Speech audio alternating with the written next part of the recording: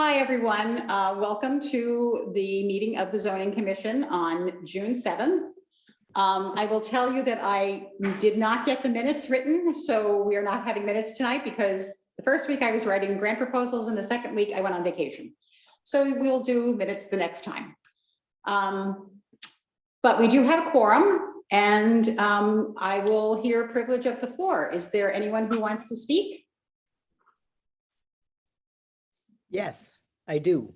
Hi, Ellen. This is Hello. Ellen Harrison. Yes, it is. Ellen, you have privilege of the floor. Thank you. I have made a comment before similar to this, but I don't believe you guys have adopted my terrific suggestion. So I want to make it again. Okay. It has to do with the maps, which I don't think you're looking at tonight, but the commercial area that I believe is still on your maps, that is on Route 79, and it is across from the Caroline School. It is the northeast corner of Thomas, where Thomas Road comes into 79. And yes, it has a commercial use there now, but you guys, I believe, are trying to look forward rather than just look at what is. And in looking forward, I think it's a mistake to have a commercial zone that directly across from the school. And in addition, there are a lot of bicyclists that go across Thomas Road there, Thomas to Lounsbury, or whatever that is called there. And it's already, there's no traffic light, there's no crossing. And so you have to just kind of wait and try and get through between cars. If there's a commercial use that draws traffic, the Nash, or not Nash, the current car repair facility is not a traffic generator, but in the commercial zone, it could become something, and there's actually a residential property there that would be in, I believe, in what you now have drafted as a commercial zone. And that could end up being something that draws significant traffic. I think if that happens, we'd be creating a very dangerous situation. It's a state highway. They're not going to put in a traffic light, and we don't really want a traffic light there. I don't think that makes sense. I don't think it's necessary. But if there was a significant commercial enterprise that generated more traffic, a bicyclist is not then just watching what's happening on 79. They're trying to anticipate if somebody's coming out of a driveway and turning onto 79. So please look very seriously at that, and please do not include that in the commercial zone. I think that's a big mistake. Thank you. Thank you, Ellen. Is there anyone else who would like to use privilege of the floor this evening? I don't see any hands raised. Okay, in that case, we will go on. And as I said, we will not approve minutes because I never wrote them. Tim Murray, Town Council report. Hello, everybody. Welcome to the summer. I think, Mark, it's true, didn't the postcards go out today? Yes. So the postcards announcing the public information session went out today. Thanks to the labor of Supervisor Whitmer, who went into town to fetch them on his own. So thanks, Mark. I wanted to just mention one development that's happening tomorrow night in the town board. We have a hearing for a new town law. This pertains to open meetings law and virtual participation. In April, the governor and the legislature passed a new open meeting law provision pertaining to virtual attendance. What had happened outside of the emergency declaration that has encouraged people to work virtually and have town meetings virtually? What happened before that is if somebody wanted to participate, let's say a town board member in a meeting virtually, they were required by the state to publish the address from which they would be participating in advance so that any member of the public could come to that address and join them while watching the meeting, which essentially meant that people were legally allowed to come into your house. So the governor and the legislature have revised that, and there are new provisions allowing for virtual participation, contingent upon the town's passing its own law, making allowances for that. What the law provides for is we're required to have a quorum seated in person in one location. In our case, it would be in the town hall. Members of the town board or designated, I forget what we're calling them, Mark, but decision-making or decision-bearing bodies. Members, if they have emergency justification, can inform the board in advance. And if there's a quorum seated publicly, then they can participate and vote. Mark, I can't remember the provision that provides for them to just participate but not vote. Why is that?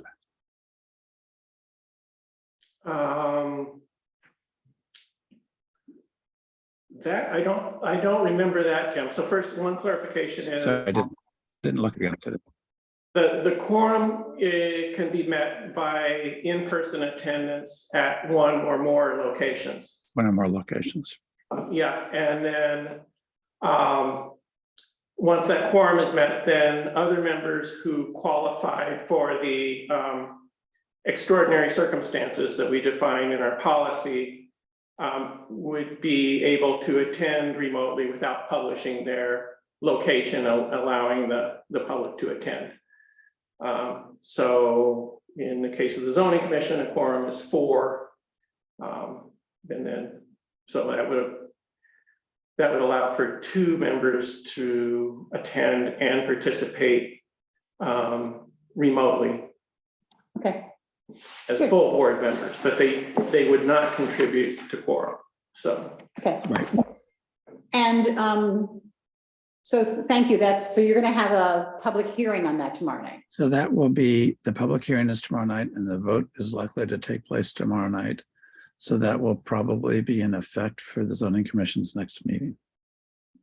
Okay, so that will be on the. And this 20th. is all, of course, state mandated. Okay. Thank you. Bill has a question. Bill, I see your hand up. Thank you. Just a couple questions. One related to what Tim was just talking about. So there currently is still, is it expiring in June, an emergency authorization so that this town law wouldn't be necessary yet, but is it expiring at what date is it expiring is the question. And then I have a couple follow-ups on the printing postcard thing. June 9th, Bill, the policy needs to be in place. Okay. And then on the postcards gone out. So my follow-up on that is, Mark, I think you were having some copies made that could be distributed if people came to the town hall. I wanted to know if that has indeed happened. And then we also, of course, the postcard announces that a large format map will be on display in the atrium. And has that been printed? Yes, to both of those. So the copies are available from Jesse in the clerk's office. So people wanting paper copies should just ask Jesse and she can provide that. And the large format map it's propped up on the table right outside the library. So when you get into the foyer of the town hall, you can see it there. So it's a 3 by 3 foot enlargement of the map. Thank you. Thanks, that's great. The other thing is that the notice, or there was a piece in the Brooksondale newsletter, the Old Mill, that also described when the meetings will take place. So that's, I think, been out to everyone who receives that. And also, I know it's been publicized on some of the listservs and the Facebook things. Barbara. We are advertising that on June 28th, we'll have a public meeting on Zoom. How does this new law, presuming it gets passed by the town board, how does that affect the need for any zoning commission members to be in person in the town hall for that public meeting on Zoom? That's a good question, Barb. Very good question. Yeah, I can clarify that with the town attorney, but I'm guessing that it, I mean, I did ask at the Association of Towns about this, since it's an informational meeting, if it would be exempt from this. And her opinion was that you're discussing town business, so that it would be, that the provisions of our video conferencing policy would apply as a public meeting of a public body. So, but I'll follow up with Guy on that. If that is true, then 4 members of the commission would need to be present at the town hall here. So that's actually, I think on the 21st. Bill, I will come back to that. So, yeah, I mean, so I guess, you know, Mark, you already talked to somebody, but I am a little stunned because again, this is a public information meeting, no decisions. As far as I knew, there wasn't any requirement for zoning commission members to be present at all. But so I would definitely check with Guy because, you know, it only takes one of us to present the information. I mean, I do expect multiple of us to be there, but I didn't know there was a requirement at what is not a public hearing, but is simply a public information session for attendance. Right. I agree. I'll follow up on that and let you know right away.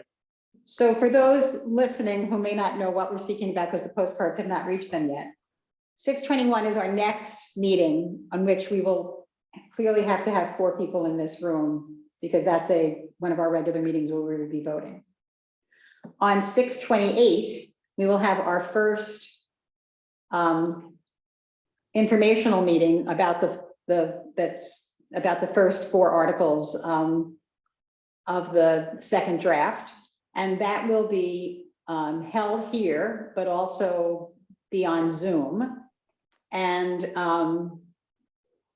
I fully intend to be here and we'll see, I will ask who else can be here. And we'll check with Guy. And then that's a Tuesday. And then on the 30th, that meeting will be at the Brooktondale Fire Department. And will not be on Zoom, but will be recorded. So, okay, with that, let's go on to beginning work on development standards, which is Article 4 in the first draft and will become Article 5 in the second draft. And I'm going to go to Nan to kind of walk us through this because we did not have a subcommittee for this section. And Gene, I apologize. I meant to note this earlier. I have one question because I did miss the end of the last meeting and I will admit I didn't watch the end of the video there. But for this public meeting coming up, we had intended to send out some additional information, postcards, whatever, you know, with some information on things that have been changed in the plan. Right. Is there a plan in place for who generates the content, who crafts the words, all of that? Did I miss that at the end of the last meeting? Is there a plan in place? Talk about that thoroughly. We'll do that at the end of this meeting a little bit. Okay, that's fine. We'll do that. Okay. And a lot of it will be by email. So, okay, development standards, Nan. Jean? Oh, yes, Tim. I'm sorry, I meant to say this at the beginning.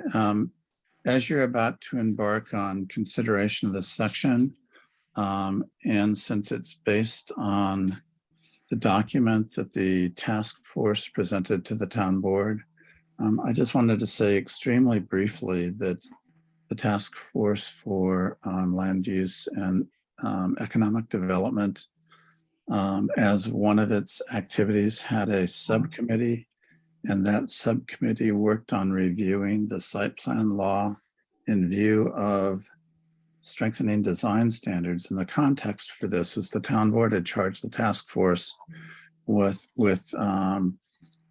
reviewing and investigating the appropriateness of pursuing various tools for land use that were articulated in the site, in the comprehensive plan, one of which was formula business restrictions.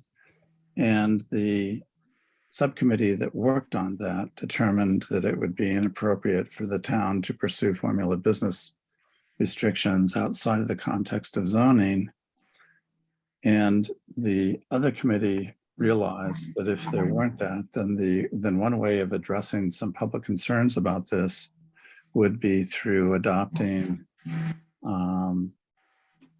somewhat clear design standards that would be aimed at large commercial businesses. So that's just the context of this that I just wanted to clarify. And Barb was one of the, and I think that Michelle, weren't you also on that subcommittee? Both Barb and Michelle were on that subcommittee, so they can say more. I just wanted to, from the town board's point of view, just kind of frame it that way so everybody understands. Thank you. Thank you. Thank you, Tim. Okay, so development standards. So Nan. Okay, let me see if I can share my screen here. Co-host. Yeah, so this is going back now to the December draft because we haven't gotten past this point yet. So generally the first four articles that we've done, the purpose statements set the stage, the definitions kind of ground all of the words we use. The use table identifies what's allowed, where, and how. And the fourth article is the dimensions and density kind of foundation for those uses. So once we get beyond that point, then the rest of the zoning law has specific chapters for specific things and specific processes. So remember, in the use table, we talked about site plan review, we talked about special use permits. So as we get further into the zoning law, those things are articulated, how you do it, what the expectations are for the process, and so forth. So this next chapter is one that typically follows what we have done so far. And it's really three basic things. So one is this section here, regulations for all districts. So that means what's in that section covers the whole town, all uses, all places, all districts. So they're just general standards for everything.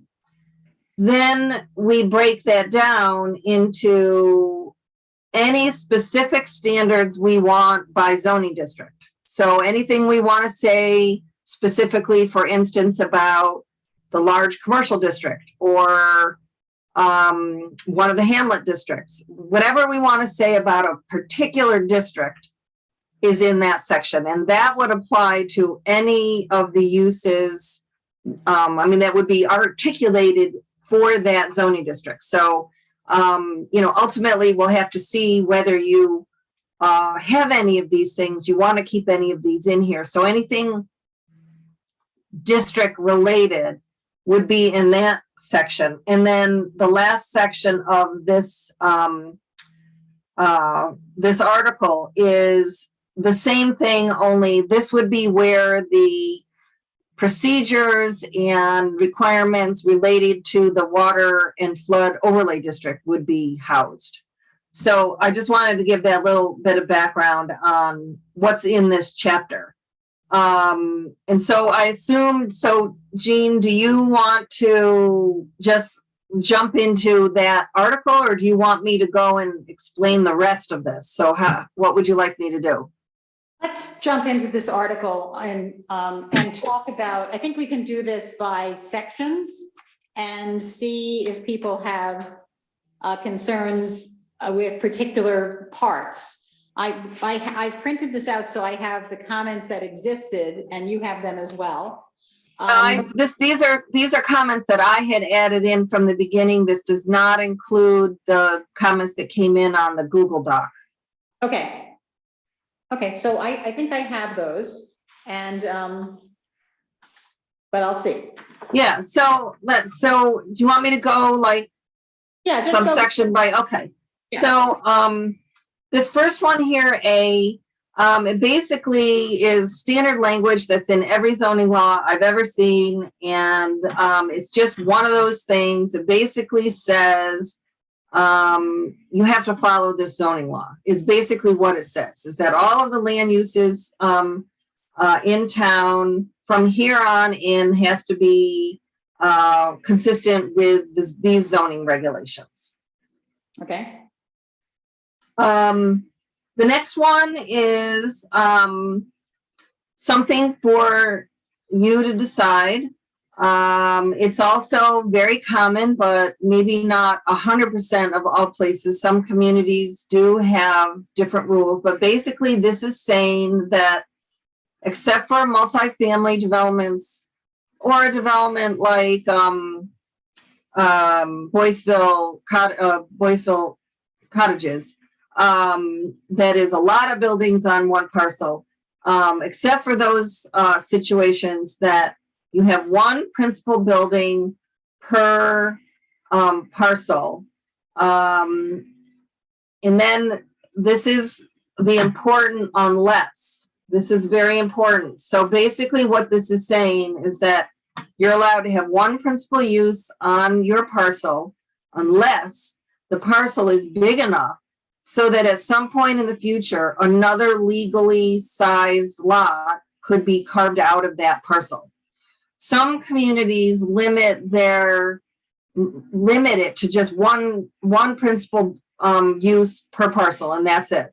Other communities have, especially rural communities, have this caveat in there, recognizing that, you know, if you have 100 acres and you want to put 2 houses on it, this would allow you not to have to subdivide that at the time, provided it could be subdividable at some point in the future. Now, that can be problematic because sometimes, you know, people, without having to go through the subdivision, or any other kind of process, we get development patterns that create housing that make it very hard for those lots to ever be split off into individual lots. Now, you know, so we have to kind of make this consistent with our average lot size rule, which does allow a lot of flexibility in creating lots and lot sizes. So I added this caveat in thinking that, you know, from what I've heard and what I know you all say, that I felt this would be something you might want. But this is, I think, an important policy direction to make a decision on. does anybody have anything to ask? Please just go ahead and ask, because I can't. Okay, yeah, because both Barb and I have our hands up, and I beat her by a fraction of a second, I think, so. So Nan, thanks for the explanation, because my understanding is that, you know, we almost need to have this, or else we have to change the subdivision law. Our existing subdivision law also allows, and Ernie, maybe you can help out here, is it up to 3 dwellings on a parcel? I honestly don't remember. Yes, Okay. Just for point of information, I can read the language if you like. Okay, go for it. Barb. It says, so the current subdivision law says that this is exempt. Multiple residential units on one lot without actually subdividing a lot, the development of a single lot with not more than 3 separate independent residential units. So that would be allowed, not more than 3 separate independent residential units. All right, so yeah, I think we should need, so it seems to me that we need to have something like this. That thing in the subdivision law would simply say, even if you had 100 acres, you could only put 3 residences on it before you subdivide it. I don't know, to me it gets a little complicated. I don't know where to go with this, but I wanted to talk a bit as a zoning commission about this clause in here and whether we felt we would advise the town board to go make revisions in the subdivision law or what, but I agree that there's sort of precedent and desire in the part of the community to be able to put multiple houses on one lot without officially subdividing the parcel. So I think we ought to have this condition in here. And maybe how Nan have it is just fine, but I did think we should discuss it. Okay, and Nan? Well, I think that, yes, I think this, this is consistent the way it is, but if we wanted to really, make kind of a slam dunk consistency, we would add in something in here that refers to that section in the subdivision law. So that it was, or we word it, as per, pursuant to the town subdivision law, blah, blah, blah. So I think a little extra language in there to tie it to that section in the subdivision law, assuming that's what you want to do, would be important. And if the town ever changed the subdivision law, you could revisit this again at that time. That sounds like a good solution to me. Okay. Everyone else, just say yes or no. Yes. Let's just make it Yes. understand. I find the wording of this particular paragraph to be, kind of upside down and backwards that it's really hard to make sense of it. The sentences that start out with except for just create confusion. So. Actually, and I think Nan commented that it could be removed or rewritten. So let's. Well, I wouldn't remove it, but I would definitely rewrite it. Let me take a stab at simplifying this. So we don't want anyone to scratch their heads over what it means. So let me try and simplify it. Thanks, Nan. Or delete it, No, I think we need it in there.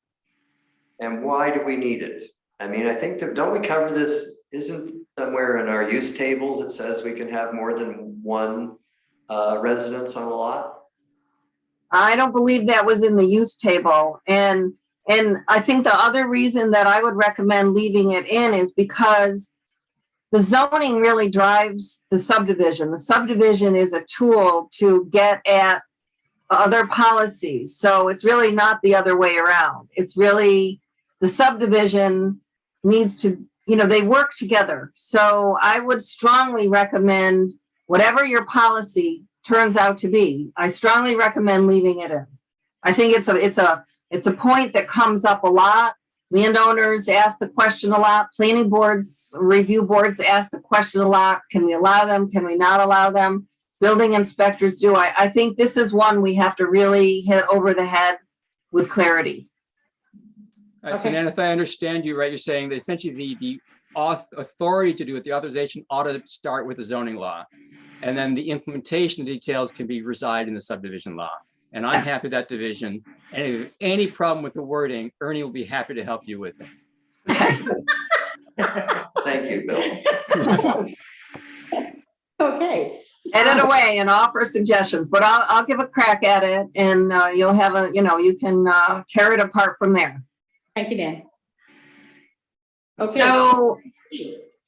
Okay. So the next section here is, I think, another really important general section to add in to clarify the role that the New York State's Ag and Markets Law 25AA has, because it's a very important law. And in rural areas, especially. I mean, obviously, it's not in urban areas, but so basically, the state law, which is Ag and Markets 25AA, which establishes the ability to have New York State certified agricultural districts. One of its critical purposes in being is not to allow towns to overregulate agricultural operations.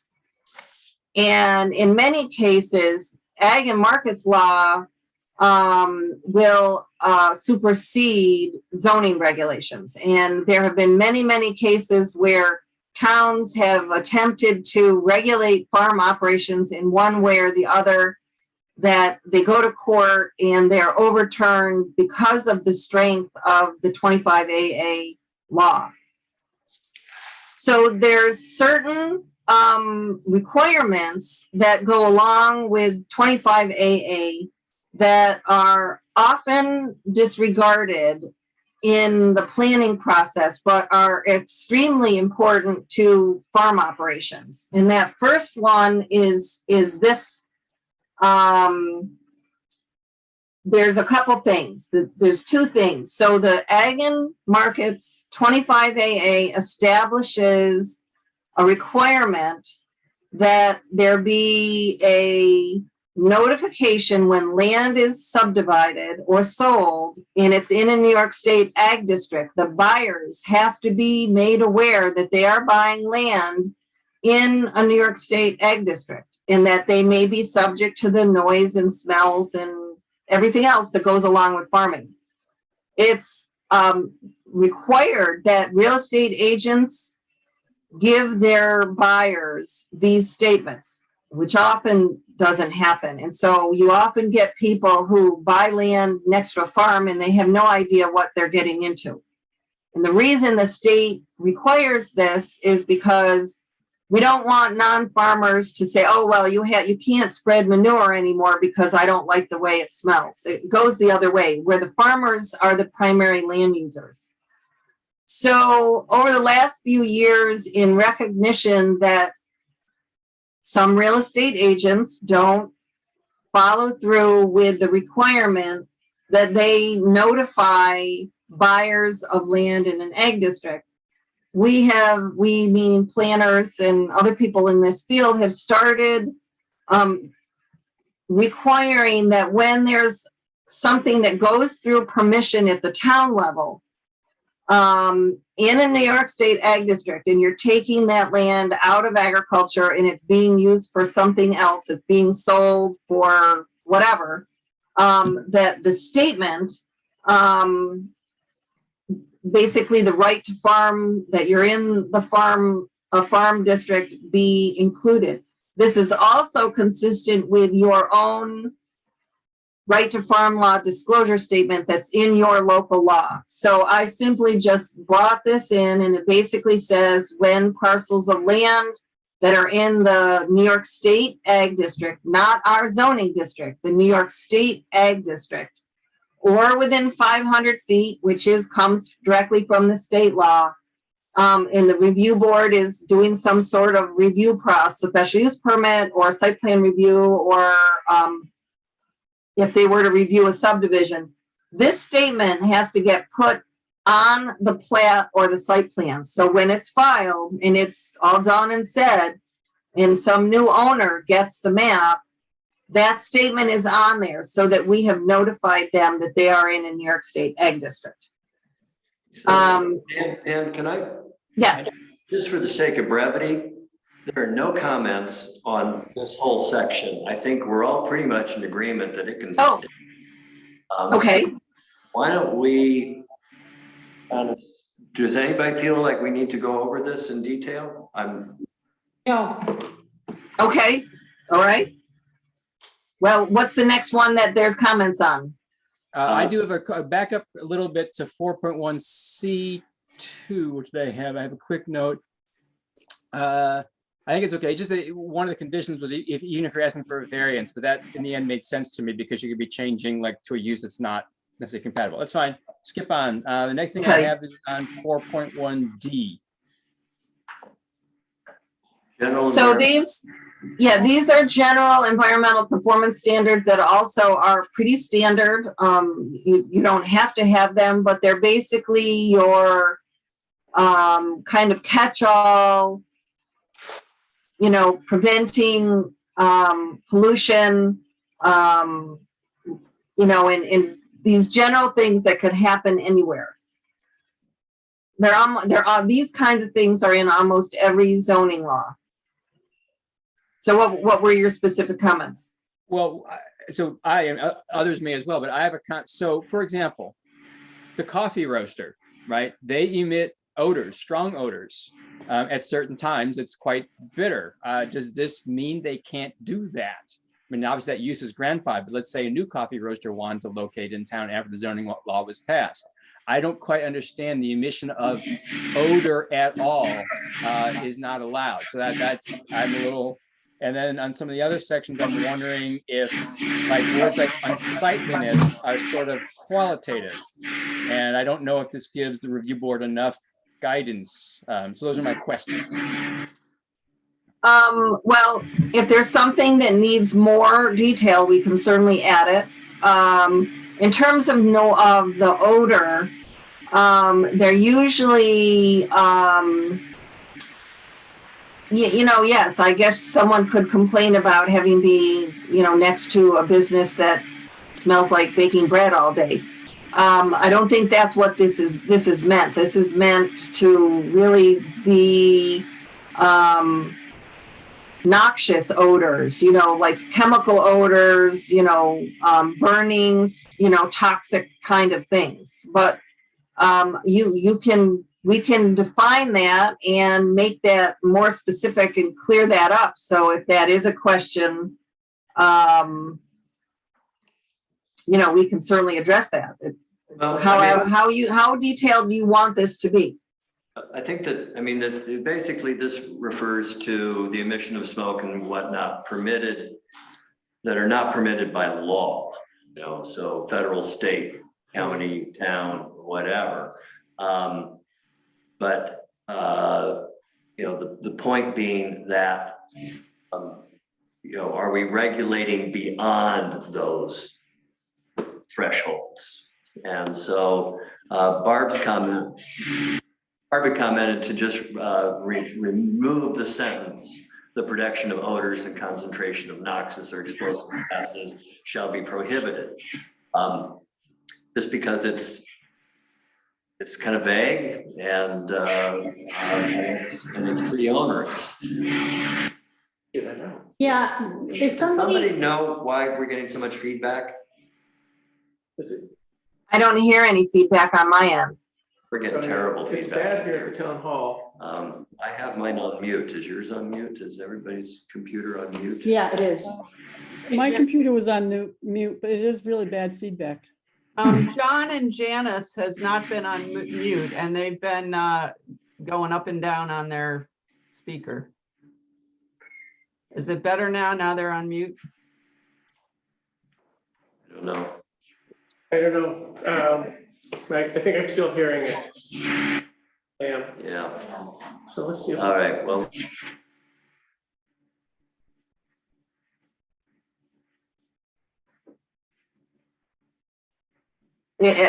I don't know if you can hear me. I can't hear you at the town hall anymore.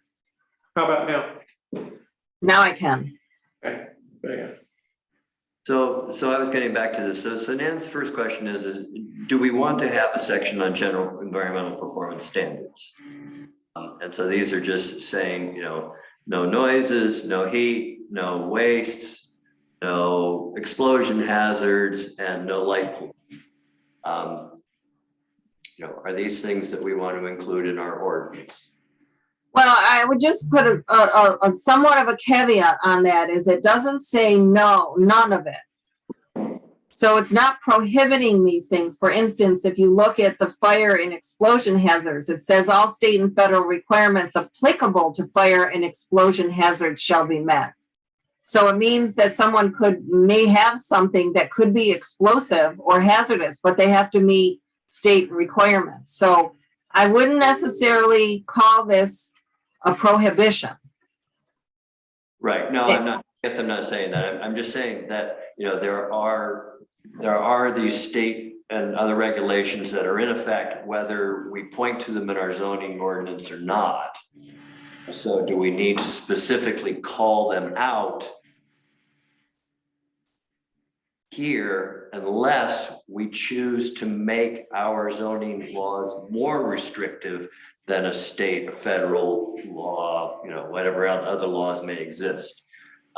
Just having a sentence that says, thou shalt comply with all other laws is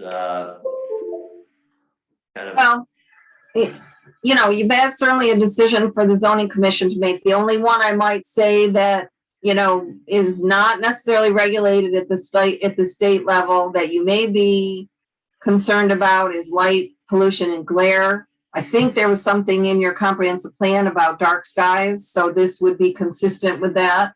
Yep. It also shows, but it shows up other places. It shows up in the design standards. Yes. Further on. Yes. So we need not necessarily have this in the law. Bill Scott. Bill? Yeah, so to follow up on that, so yeah, I see that number one, definitely right. It refers to, you can't have these things in excess of these regulations, which of course you can't do anyway. So possibly number one is moot or redundant or overly redundant even. But number two on heat, I don't think there's any other regulations about that. And as Nan pointed out, not on light pollution and glare either. And yeah, that feedback is happening again. I'm going to mute temporarily. Nope, it wasn't me. So I don't know where it's coming from. Let me mute and see if it's on my end. Yeah. That's it, Nan.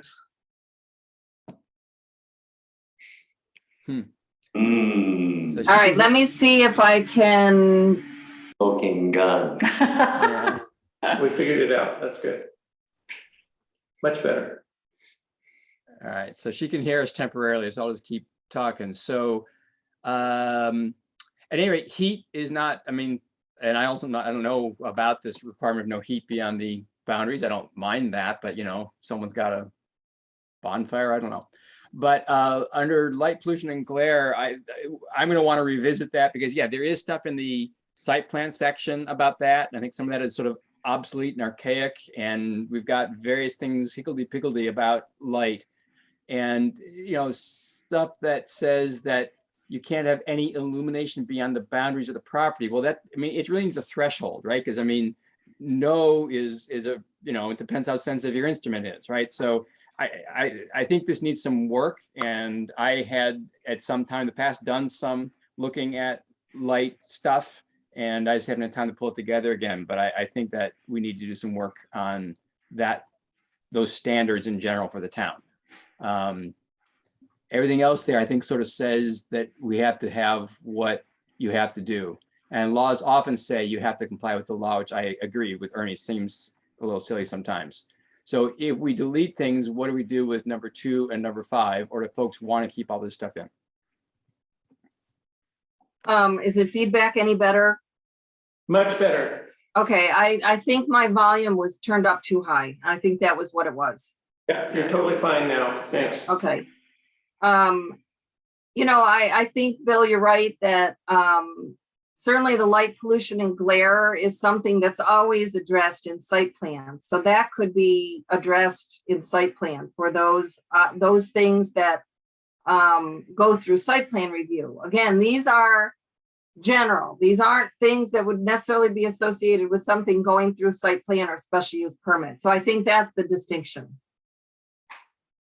A clarification there then. So for example, would this mean that someone who's got a light on their garage can't have that illumination of that light extend past the boundary of their property? I happen to think that's a good idea, but in general, of course, the lights exist already, so they sort of grandfathered in. And then there's a whole thing about, obviously, if it's an ag district, farmers often have to have they want to have bright lights to illuminate their area, and that's fine. But in general, Caroline has stepped very cautiously around residential uses. And so if this applies to residential uses, then that's a pretty strong requirement that your light, again, I might approve that. I've got a neighbor whose light I really wish didn't shine, across our driveway. The way it's written now, it says no use. So that would apply to any use. Okay, and if folks haven't seen the chat from Ellen Harrison, and I'm sorry that Bruce isn't here tonight, but the review board has discussed some of this stuff already, and they have concerns from their end about when something is general, like objectionable features or unsightliness, then they're in the hot seat trying to figure out what that means, and they would prefer more concrete guidance, is my understanding. But I mean, this says light pollution and glare. No use shall produce glare. Doesn't say no fixture. So I mean, we get into fixtures in other places. This is talking about uses. So what kind of a use would produce glare? I don't know. But I mean, is that what that's intended to explain? I'm just not. Yeah, I worry about that too. I would say that the way this has been applied in other places is the use, which includes all of its accessory features. That would include signs, lights attached to buildings, spotlights or whatever. That is all part of the use. So that would all be caught up in that. If you. And the sentence goes on to say all exterior lighting, including security lighting, blah, blah, blah. So it's clearly a design standard for all new construction.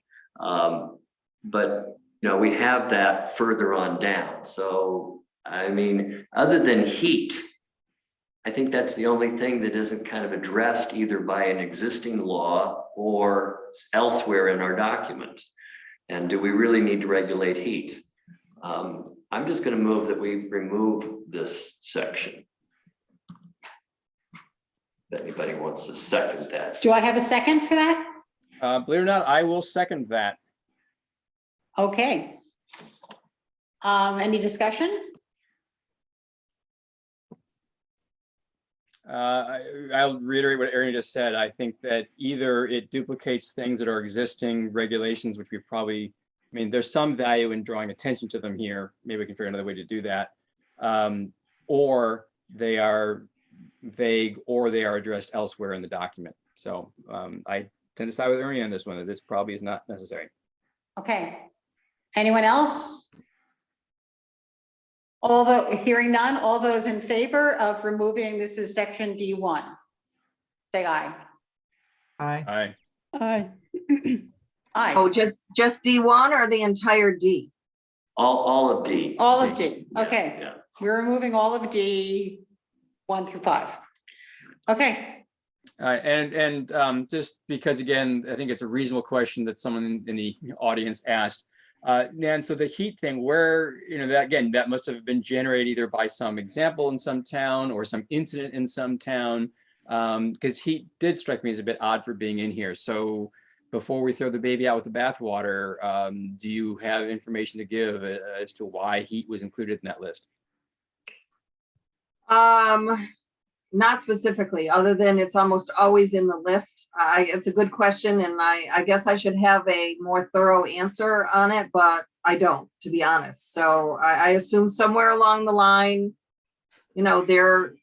these things tend to grow from experience in communities. So I guess, yes, is it likely that you have some use that might come in that, was generating a lot of heat for some reason? I think that's, given your use table, unlikely. I can give you an example. A commercial laundry that is doing drying of clothing or towels, there'll be a lot of heat that will go out in a, like the vent.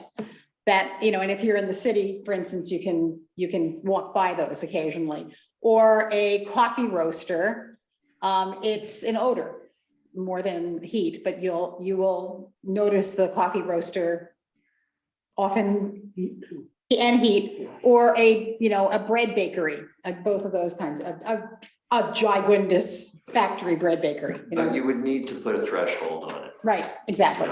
Yeah. So those are 1.5 degrees centigrade rise and within 15 feet of the building. Yeah. I don't have any problem with getting rid of this. Yeah. Those are the examples that I can think of. Okay, let's go on to steep slopes and specific environmental performance standards. So since I don't have that Google Doc up, are there specific comments in here or do we skip certain things? Well, we have a lot of, there's a number of comments relating to just coordination between the slopes referenced here and the slopes that we've talked about elsewhere in the document. We have slopes from 15 to 20, from 20 to 25, and and so it was just kind of some general comments. I think Barb had one that was good.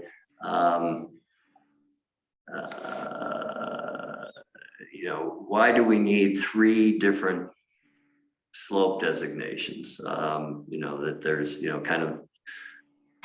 Well, let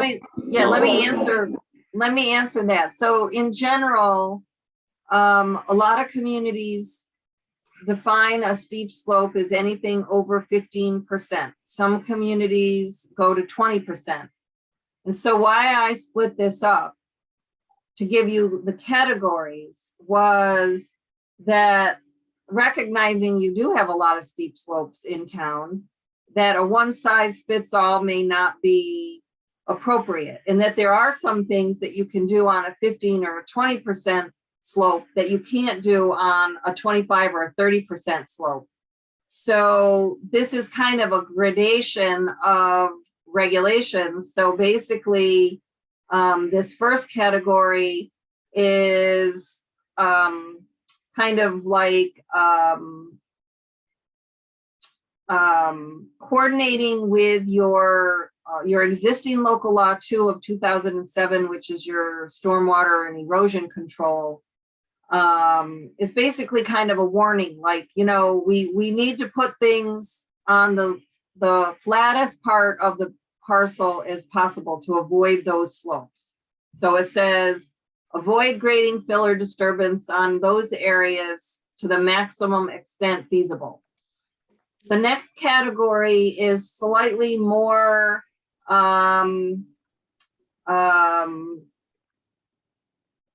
more review, because it says if you want to put something on a 20 to 25% slope, then if there are no other suitable locations on that parcel, then we want to do an abbreviated site plan review, as we've talked about in other areas, so that there is some ability for the town to review it, to make sure that your local law 2 of 2007 is being considered, and it's being designed so in a way that prevents stormwater and erosion.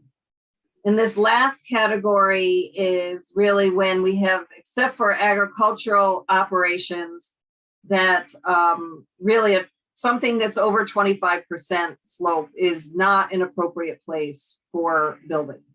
So instead of doing a one size fits all, which might be simpler in the language, it doesn't reflect the gradation of how you handle steep slopes. So that's why I did it that way. So we have elsewhere in this document parts of land that are not, that are to be, how did we have this? There's a slope designation for areas that are not, that were considered not developable in the average lot size determination. Well, no, in the calculating the density. Yes. But that's to determine the capacity of that parcel to have a certain number of homes. It doesn't say where those homes will be. Right, but remind me what that threshold was, 25%? It was 25%. Look at the definition of buildable area, for example. That's, Yeah. that's just Greater than 25%. Okay. So this is consistent with that. Yeah, and I think it's consistent, but I also think they're two very different things. One They is, are, but I just, there's a reason, there's some reason that it's not 30%, it's just, I'm just. you can change these, if these percentages don't you know, don't fit what you want to do, we can change these percentages. You know, we're not married to these percentages. I think these are, you know, from my experience and recommendation, these are, from an environmental perspective, this is what I would recommend, but you make the policy. So it's going a long way back now, but I think that long time ago, we got at least one comment from a town resident, you know, griping about the prohibition on slopes greater than 25%, that instead there should be simply mitigation measures. And Ernie, as an architect, I'm to some extent going to rely on your experience and expertise. You know, are slopes greater than 25% sort of buildable reasonably? Yeah. Or is it smart to have a prohibition? So, because one possibility would be to simply lump just it's any slope greater than 20% would have ASPR and not have the prohibition on 25%. But that's I'm wondering about. Yes, development happens on lots with slopes greater than 25%. Fairly commonly, along Cougar Lake, for instance, you know, I mean, where you have valuable land because of view shed stuff and everything else, people will, you know, throw a lot of money at it to make it work.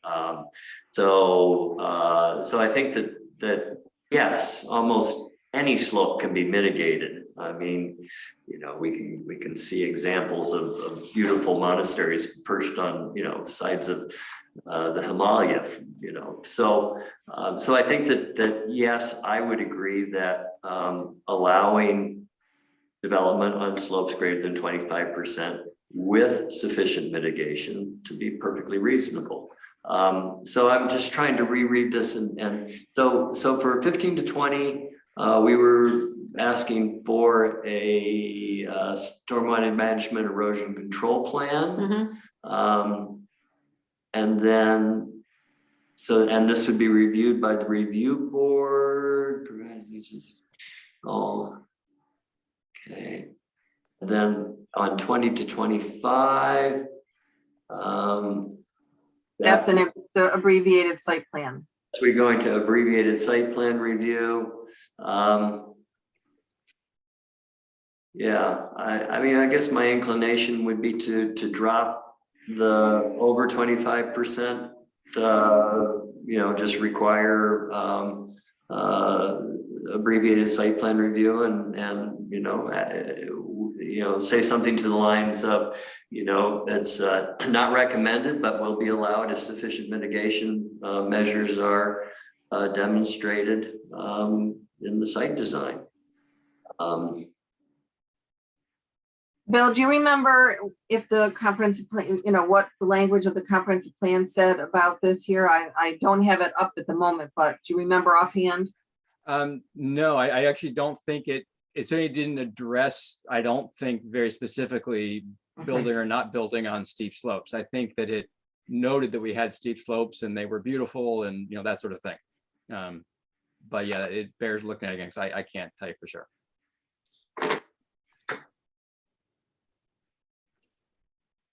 So the way this is written now, this would meet with what we've said in Articles 1 through 4. Is that right? Well, so the point is that in calculating buildable area, slopes greater than 25% were taken out, as were things in the water resources overlay. And Right. that, in a sense, is a way to sort of, without prohibiting, sort of discourages building on really steep portions, because you only would get 2 lots rather than 3 lots if, Right. if part of your lot was in a steep slope. So that made eminent sense to me. If they really can be mitigated, I'm in favor of saying, okay, we're not going to prohibit, but we're going to require strong mitigation measures. So that's where I'm leaning on Ernie here a bit. So it is consistent with, but not duplicating, I guess is what I'm trying to say, Jean. Okay, so Ernie, I'm hearing what you're saying. If we would change, your suggestion is that we say slopes over 20% would have to have up to something, up to that would require Well, if we continue with Jean's original language here, I think one approach would be just to say, okay, from 15 to 20, you need to have a stormwater prevention plan. For anything over 20, you need to get a abbreviated site plan review.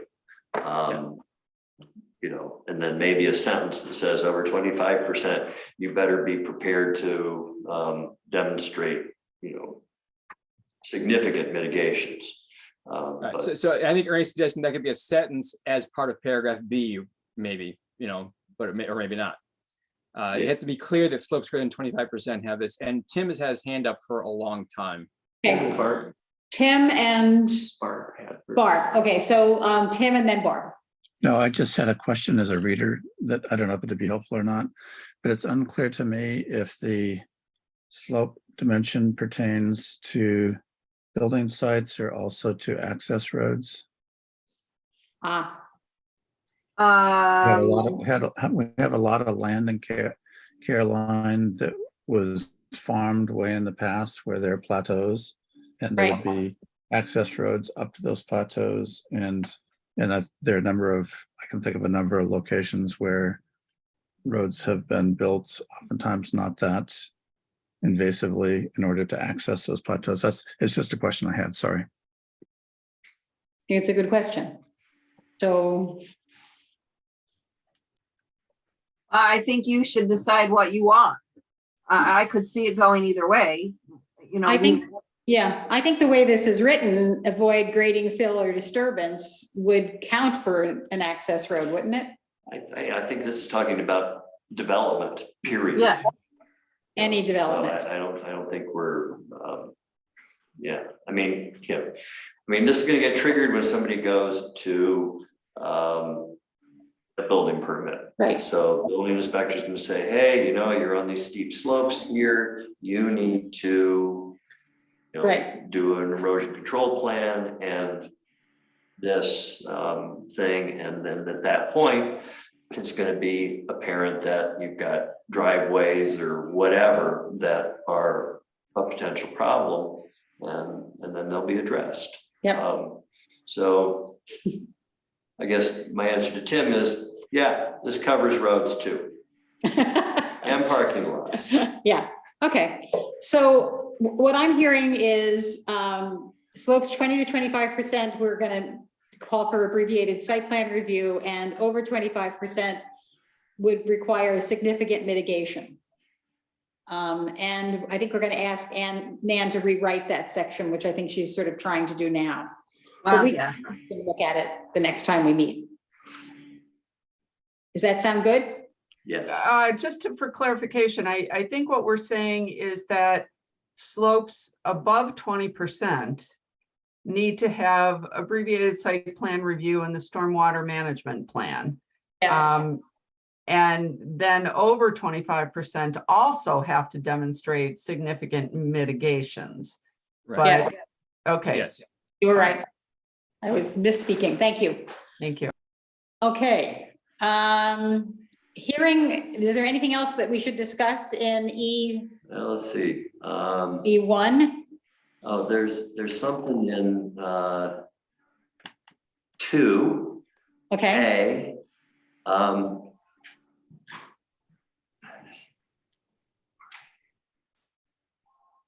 I had a note here that said there's something weird about the sentence structure. okay, let's all read that just When to ourselves. development activity is part of the site plan, abbreviated site plan, special use or subdivision applications. Well, that's, Yeah, then it that's the goes part. period, and then, Yeah, it should. Yeah, that's kind of like the heading. okay, all right, so. I see, that's a I see, header. so it should be like a dash or something, or Yeah. or a colon, or, Yeah, or underlined or something, but like, it's just that it's so long versus the others. Okay. all right.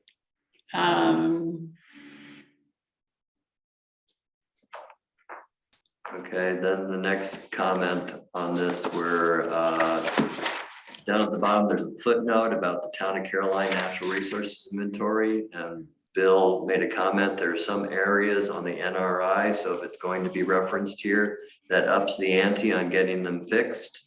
Off the top of my head, one UNA is missing and the scenic resource map is wrong. Because one of the viewpoints is shown in the wrong place.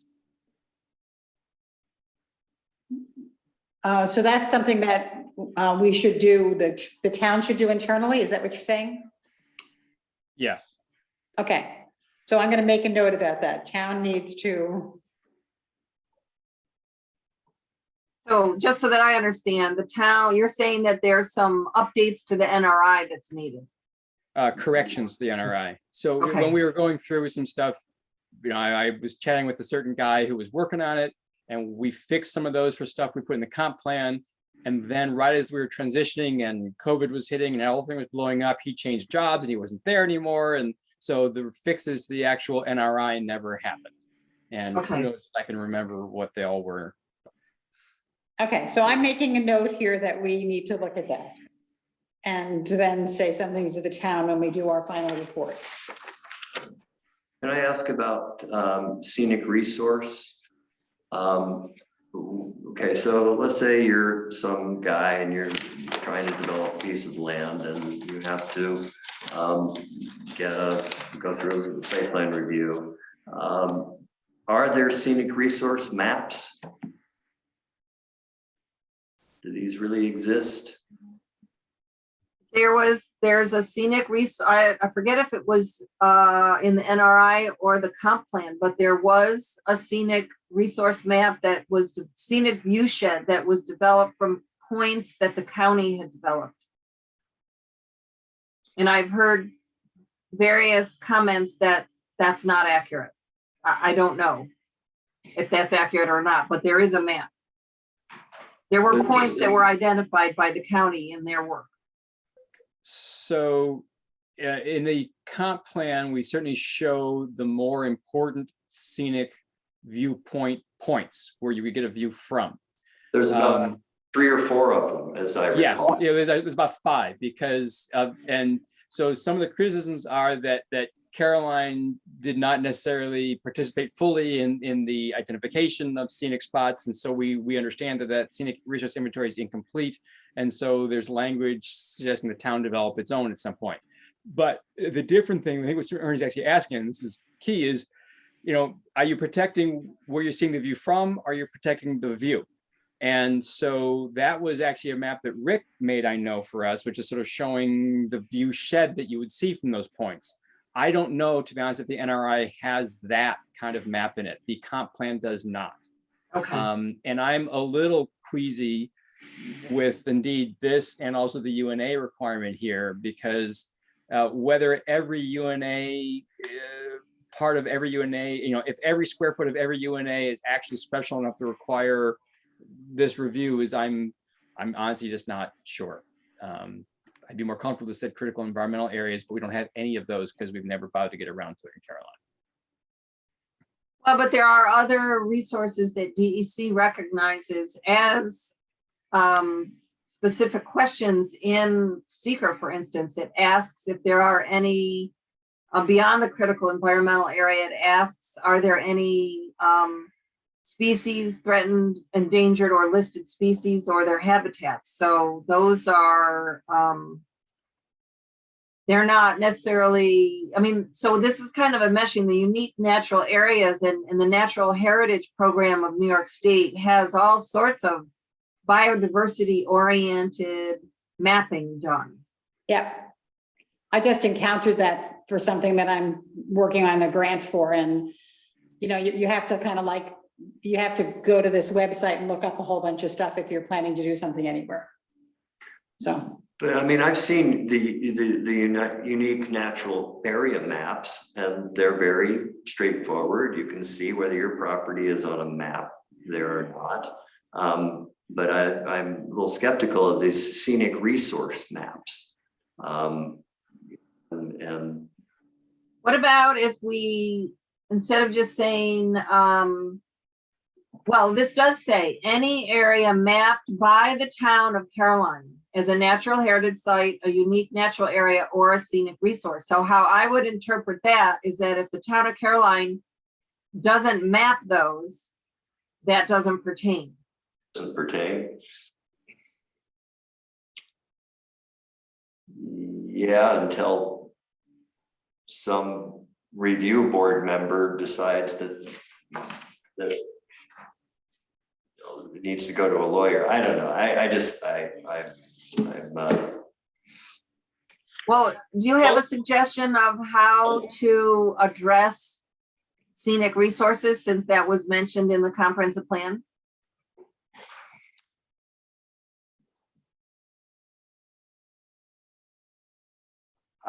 I just don't think it's very wise policy to interject regulations where we can't give somebody a solid place to find out how they're regulated.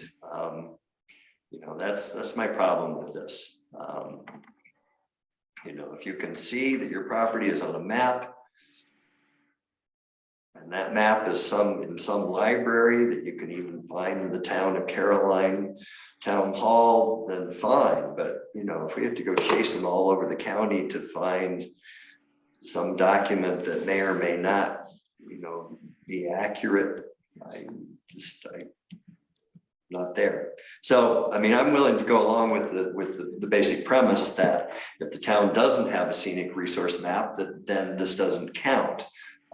But I'm really don't like it. Michelle, I don't know. I think that phrase as mapped by the town of Caroline is pretty clear. I don't understand why that's not clear. There's no map. Well, what about if we add that? So you do have maps, there are maps that already exist of natural heritage sites, unique natural areas. You have a bunch of things in your NRI. If we add or scenic resource as may be, or scenic resource, there's a county scenic resources inventory. Yeah, but again, it's an inventory. It's not a Right. map of, because again, it says, here are the points to go to get a nice view. I mean, I don't mean to like poo-poo that. I mean, again, they have various gradations and it gives you the viewing points. It doesn't give you the mapped area of what you're seeing. And Right. that's always been a question we've had is the scenic resource just like you're not blocking the view from that spot? Or is a scenic resource, to the extent you could, that it's inside Tompkins, Caroline, what you're seeing? And I'm always a little unclear. So when it says scenic resource, does that mean that nice hillside I'm looking at? In which case we need a map that shows what those are, and we don't have that. Okay. yeah, and I think that, that communities that really have solid scenic resource components to their land use regulations adopt a map that is a scenic resource map, and they go through a community input process that identifies the scenic roads, what you're looking at that is scenic, and identifies them all, either points that you don't want to be blocked or a scene that you're looking at in the distance that people think is scenic. And so I agree, you don't have that, and they're almost always based on public input. You know, I guess I assume that since it was in your comprehensive plan, those points had public comment on them. If that's not the case, then adding something like this, or scenic resource, you know, some language that say, recognize that, you know, the scenic resources as may be adopted by the town, leaves it in there as, you know, it's valid if you have an adopted scenic resource map. And maybe the town would want to do that at some point in the future as a separate planning process. I like that word. I like Yeah, that. So I think that's good. And what I will say again is that, you know, what's in the comp plan is the spots you look from, not the spots, not the area you look at. But my only question here is, I don't think it's necessarily a problem. On a map as may be adopted by the town, that phrase potentially applies to all three things: the heritage site, unique natural area. It's sort of a grammar thing. It's actually okay. I mean, the town could adopt the unique natural area and the heritage site maps. Those exist. So maybe we should indeed ask the town to adopt those. But yes, Dan, you're right. There was a public process both for creating those scenic viewpoints. Tompkins County did that. And the comp plan, of course, also went through a public process. So implicit points was publicly commented. But again, no map of what you're looking at has been adopted publicly. Okay. So hearing that we are going to put that sentence in, is everyone happy with that? Happiness is abounding. I can hear it. Okay.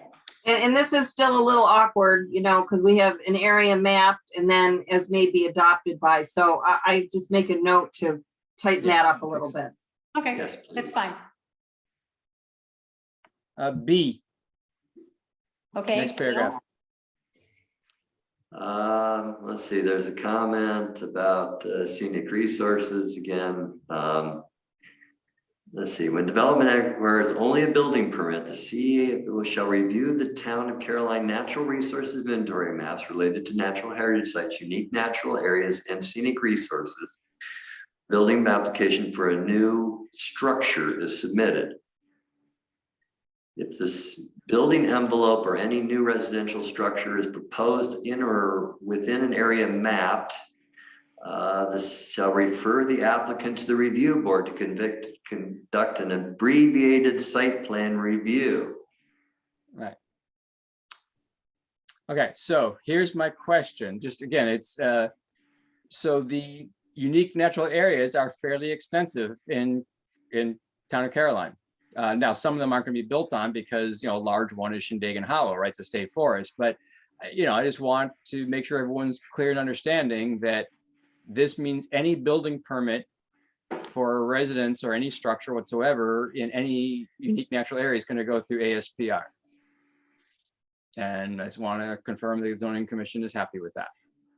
It's more intrusive than the water resources overlay, for example. I guess I would have to see the map.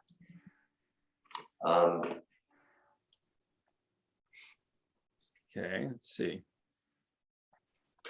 I think Bill can share it perhaps. I could, yeah. Let me just work. Let me give me a minute to pull it up. Let's see what I can. So I guess I totally understand that perspective, but on the other hand, I guess I'm looking for a way of how do you then protect these environmental resources?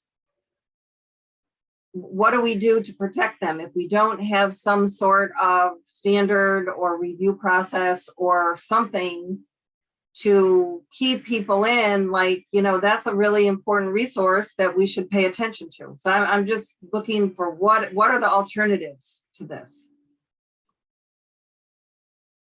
I don't think abbreviated site plan review is that brutal. Well, we have to kind of go and see. We haven't got that to that yet. No, I agree with you, Dan. I think that, you know, I would like to see, I mean, my general sense about zoning is that, you know, it's not preventing people from doing things. It's just helping to guide them towards good decisions. And so, you know, an abbreviated site plan review is an attempt to help people make a good decision rather than preventing them from doing something. I don't object to that, this paragraph necessarily dependent upon what abbreviated site plan review is going to entail. Okay. There may be, So, I mean, so maybe I we can- have an abbreviated site plan review. all right, so I can share the UNA Oh, map. I if think you I wanna have to see stop that. Yeah, sharing you'll have to mine. stop sharing. Yep. And I think that I was actually listening while looking, and I tend to agree with what Ernie just said. So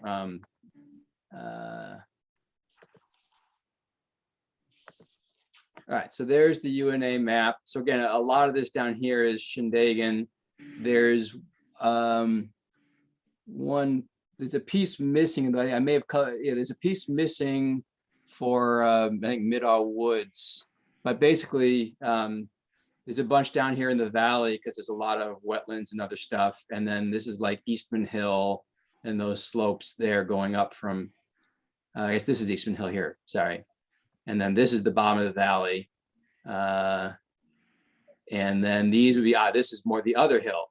So this is up like the Pinnacles areas up here, this is Cornell land and stuff like that. So it doesn't actually affect as many residential properties as I was. No, perhaps this hearing. does not appear onerous to me. Okay, I'm gonna stop sharing and withdraw my objection to that section. Barb? Yeah, just a comment for Nan that that throughout the Google Doc, there are some areas that have edits, like, words deleted or replaced. Right. So we're not capturing those. I just want to point out that when you do the rewrite, you should cross-reference with the Google Doc to make sure we capture that. Yep, I absolutely will do that. And, yep, I so noted. Thank you. Okay, so, so I think we're on to E3. Is that right? Yes. Yeah. Oh, let me put it back up. Hold on.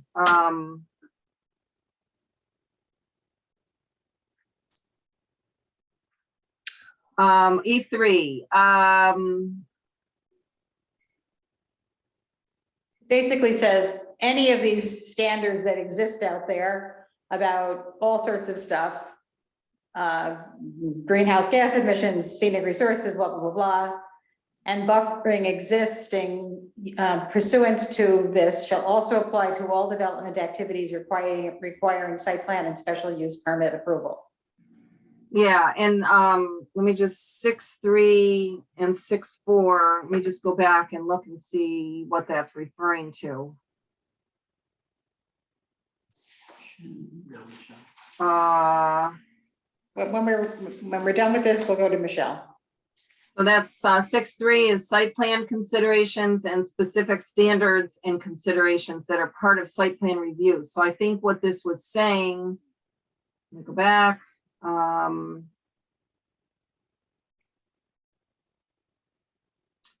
So let me read this again.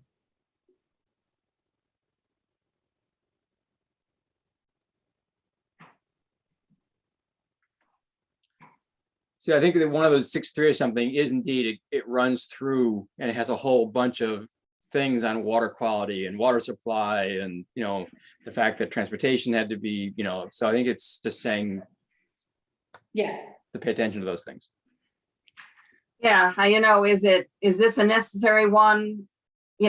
Probably not. Yeah, this seems like if it's covered somewhere else, let's get rid of it, because it just seems like it's sending you off somewhere else in the document. Well, so I'm very right. clear. So here's the question to Nan, because it says all these things as are listed in section 6, these sections shall apply to all development activities requiring site plan and special use permit approval. Now, those 6.3 and 6.4 are the site plan section. So I think that by definition, they are, anything going through site plan must conform to those. Am I correct? That's correct. And then for a special use permit, we've discussed it before. I mean, am I right? Again, anything getting a special use permit is essentially going through site plan review and a special use permit approval part. At the same time, correct. Okay, so with Ernie then, is this actually adding anything that the section 6 does not already require? Yeah, I would agree that it probably doesn't. Okay, so shall we remove this then? Michelle has her hand up, everybody. Michelle, sorry. No, I just have a dumb question, I guess. What does CEO stand for? Code enforcement officer. Oh, okay, is that defined someplace first? I mean, before you start using CEO, do you use the words code enforcement officer? Yes. Yeah, I think that, well, do you call your code enforcement officer that, or do you call it a building inspector? CEO. Code enforcement officer. Yeah. So I'll double check to make sure that's in the definitions. I think it is. And better yet, if you want me to spell it out instead of using the CEO acronym, we can do that. Okay, sounds good. Well, I mean, maybe just the first time you use it, just spell it out and then. Well, but again, remember, you don't read a zoning document from cover to cover, unlike we are doing. So the first Right. time you That's see true. it is going to be who knows where. So, Okay, yeah, sorry, I just didn't know what it meant, so. Okay. Yeah, I'll just spell it out. That would just avoid any confusion about what it is. Okay, so hearing match, and no one seems to think we need section B here. Shall we get rid of it? Yeah. Okay, we're Yeah. getting, yeah, okay. Whoops, hold on. Let me go back. So that's Um, section E3. yeah. Okay. And then we have section F, change of use. Were there any specific comments about that one on your Google review? No, No. Okay. that looks good to okay, me. okay, let's go on to section 4.2, specific standards by zoning district. So we start with ag rural. Before we get started, were there any specific things in this section that were commented on already? Yes, Um, just when we get into just the title, specific standards by zoning district, we had talked about clarifying what the entire section applies to.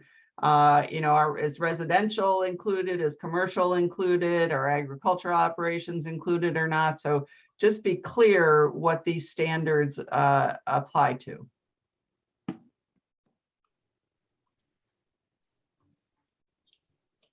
Right. All right. If I may, I would just like to make a general comment about these things. Okay. That throughout these specific standards, there's an awful lot of just kind of things that are not requirements. They are suggestions. They're things like maximum extent practical,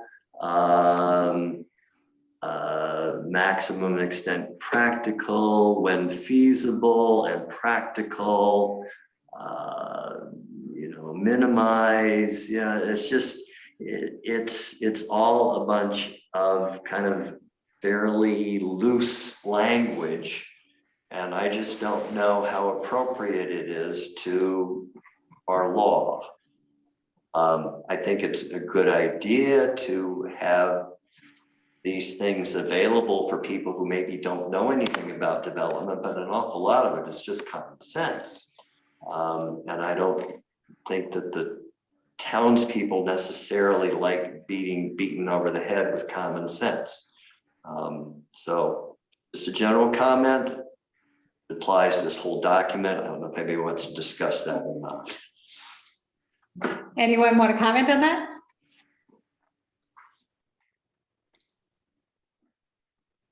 And I think it's a point well taken. I'm going to have to look at it on a case by case basis. And, I often kind of like the maximum extent possible in the sense that it gives some flexibility. But if it is from a builder's perspective or developer's perspective, common sense and insulting, then yeah, I'm willing to hear about that.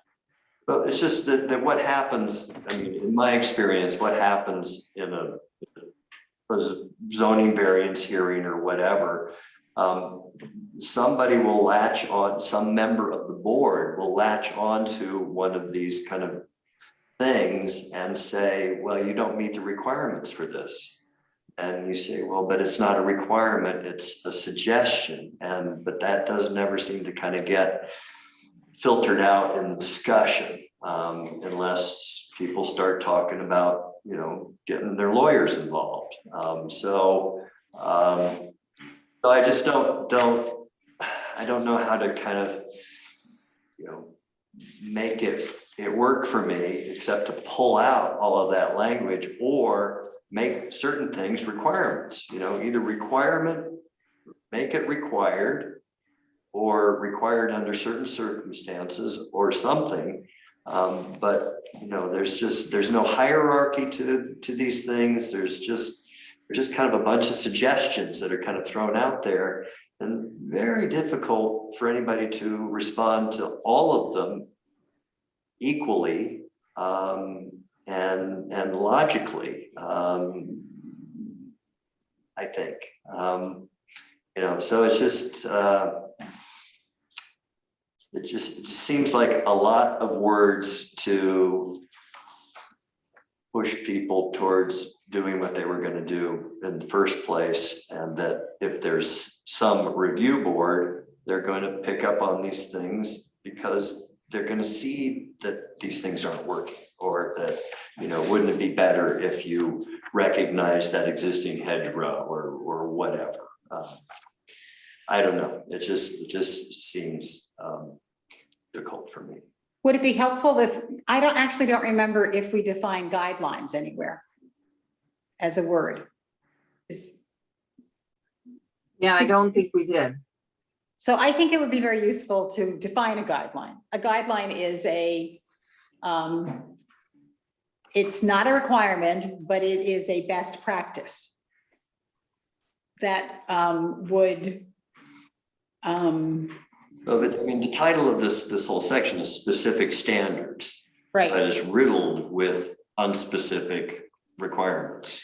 So I guess the question is, are there specific standards in here? So there's the conservation subdivision requirement. Yeah.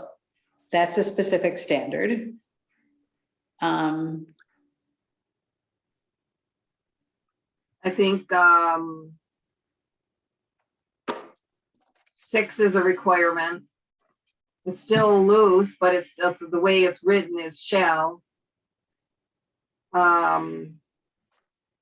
Well, insofar as practical, some of these are guidelines because they're best management practices. Some of these are guidelines because there are practical difficulties that some parcels present, that sometimes you can't do those things, and you don't want to make it so difficult. You don't want someone to, if the lot configuration or whatever is such that they just can't meet it.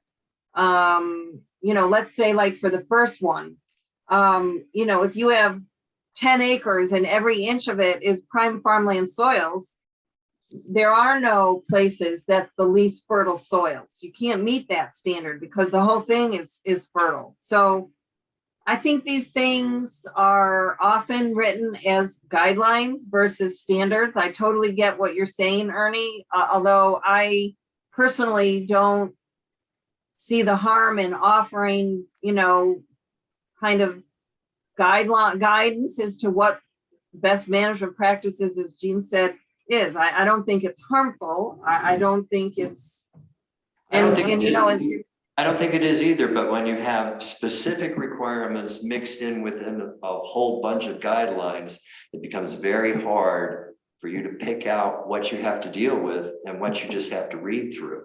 Well, we could change it. If you wanted to keep these, we could change this so that the title was, we have a subsection that was Ag and Rural District Standards, and then another one that's Ag and Rural District Guidelines.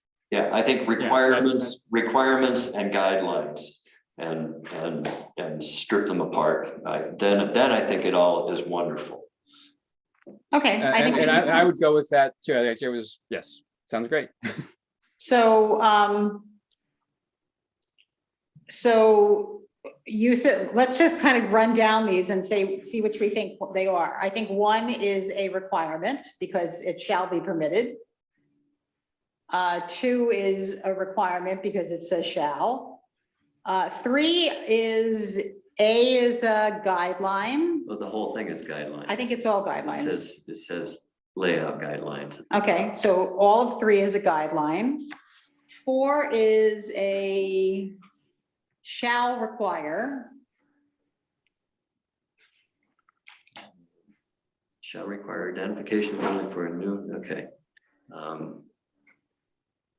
Building envelope. I think it's both, and I think would have to be split too. Yes.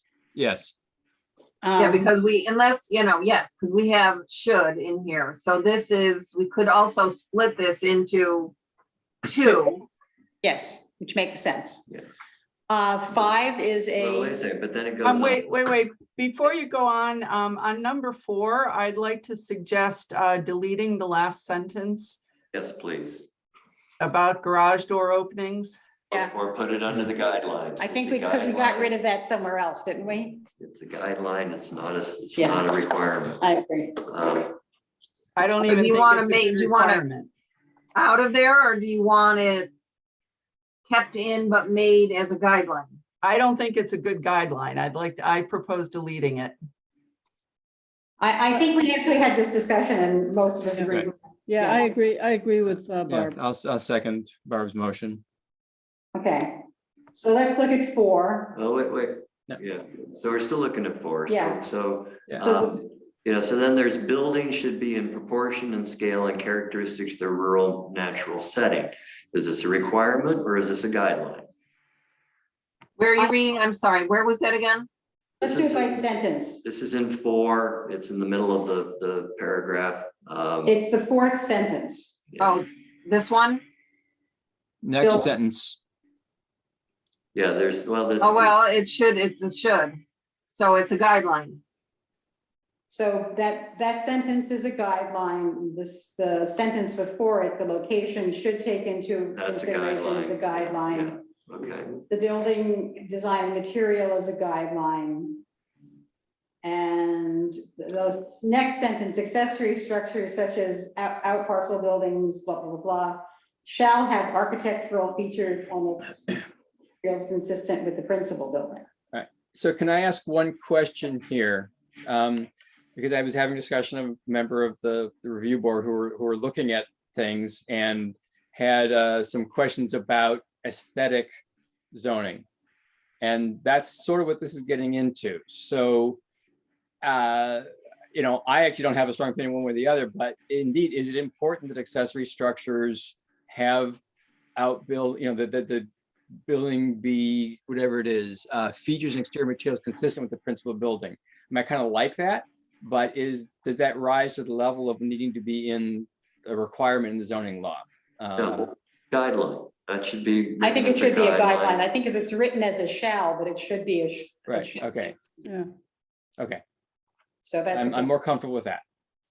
So I think the beginning of this paragraph is a regulation, and then the rest of it would be a guideline. And then 5, the conservation subdivision requirement is a requirement. 6 Michelle has had her hand up. Sorry, Michelle. No, I guess I was just gonna echo what other people have said. I think any of this stuff with, the aesthetics zoning should just be guidelines. I don't think that should, I mean, I don't understand why the accessory structures have to match the. Yeah, I don't think, Who yeah, cares? yeah, I don't think we do. I mean, there are communities that do care about that, but, in the context of what we're trying to achieve here in Caroline, we've got certain core things I think we're trying to do. And mandating the appearance of structures is not really. No, one of them. I don't think that's appropriate for Caroline, and I think it's kind of anti-creativity, actually. So do you want to take this out as a guideline? I would. Anybody else? I would This take one. it out. Yeah, I would take it up. I mean, I'm, Okay, anybody else? I think we're taking that out. That's fine, take it out. Okay, so we've split that paragraph up. The conservation subdivision requirement is a regulation. 6, or what? Yeah. Are we gonna talk about conservation subdivisions, or are we just gonna kind of gloss over that for? No, Um, at some point, Ernie, we have to have a major discussion about it. I think probably now's not the time, 5 of 9. Yeah. But All right. I know you want to talk about it and maybe it should be an agenda item in the next meeting. okay, I will add that to my agenda for the next meeting.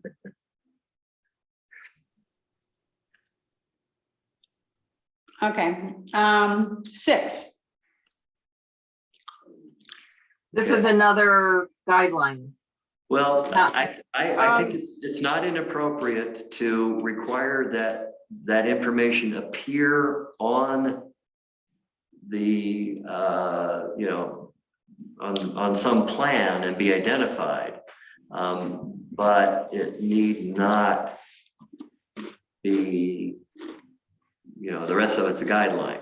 You know what I'm saying? That, No, well, I mean, I guess, okay, what I'm saying is that in the submissions for site plans, abbreviated site plan review and special use permits, these need to be identified on the plans.